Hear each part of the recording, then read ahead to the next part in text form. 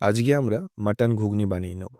এর জন্য আমরা মটর আর আলুটাকে সিদ্ধ করে নুন হলুদ মাখিয়ে সিদ্ধ করে নিয়েছি। তার সাথে আমরা মাটনটাকে এইভাবে কুচি কুচি করে নিয়েছি। এখানে আদা রসুন কাঁচা লঙ্কা পেঁয়াজ জিরে মৌরির পেস্ট, এর সাথে গোটা মশলা, দুটো তেজপাতা দুটো শুকনো লঙ্কা পাঁচ ফোড়ন জায়ফল জয়িত্রী এলাচ লবঙ্গ।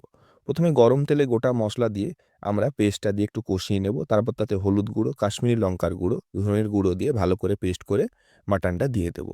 এরপরে পরিমাণ মতো লবণ দিয়ে আমরা 8 থেকে 10 মিনিট ভালো করে কষিয়ে নেব। তারপরে মটরটা দিয়ে দেবো। এর সঙ্গে দিয়ে দেবো মটরটা সিদ্ধ করা জলটাও।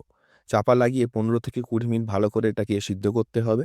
তারপরে দেখবেন রান্নাটা প্রায় হয়ে এসছে।